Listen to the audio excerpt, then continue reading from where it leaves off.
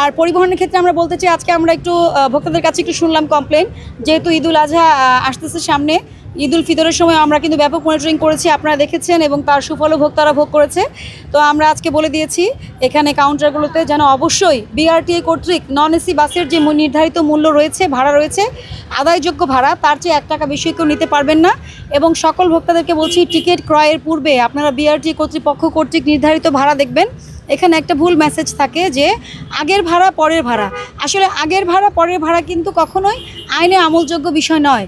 ভোক্তা অধিকার আইন অনুযায়ী আমরা অবশ্যই যদি বিআরটিএ কর্তৃপক্ষ যত ভাড়া নির্ধারণ করেছে তার চেয়ে অতিরিক্ত নিলে ব্যবস্থা গ্রহণ করতে পারি, কিন্তু কোনো পরিবহন যদি আগে তার চেয়ে কম ভাড়া নিতেন বা বিআরটিএর চেয়ে সেটা কম, এটা আসলে আমাদের কিছু করার নেই। এটা বিআরটিএর রেটের চেয়ে বেশি নিলে আমরা ব্যবস্থা গ্রহণ করতে পারি, এবং সেটা নন এসি বাসের ক্ষেত্রে।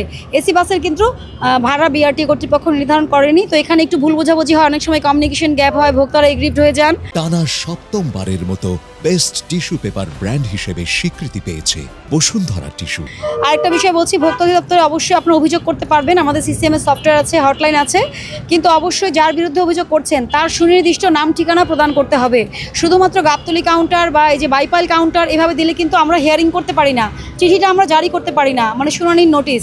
তো এই ক্ষেত্রে সবাইকেই সচেতন হতে হবে, এবং সুন্দরভাবে যদি আপনারা এগুলো করেন, মেনে চলেন, সবাইকেই বলবো, তাহলেই ভোক্তা অধিকার সুরক্ষা হবে। আর অন্যথায় আসলে এটা এনশিওর করাটা অনেক দুষ্কর হয়ে যাবে। For more updates, follow us on Facebook, subscribe our YouTube channel, get the latest update on www.daily-sun.com.